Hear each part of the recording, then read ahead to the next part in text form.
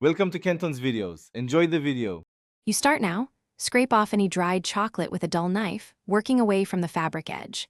Next, blot, do not rub, with a clean cloth soaked in cold water. This lifts loose solids. Once done, apply a small amount of liquid dish soap onto the stain and gently press it into the fibers so it penetrates. Leave the soap on for about 5 minutes so it breaks down oils, then rinse the area with cold water to carry away loosened chocolate.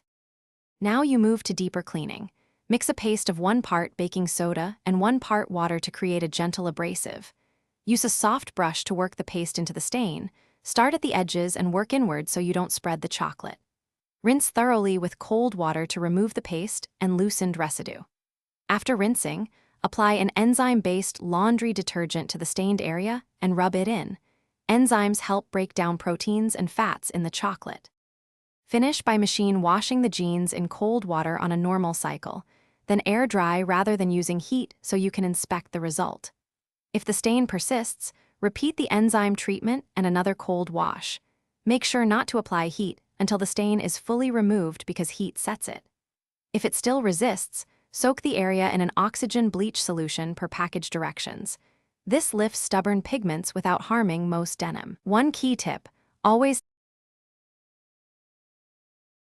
Thanks for watching. Consider subscribing if we helped you.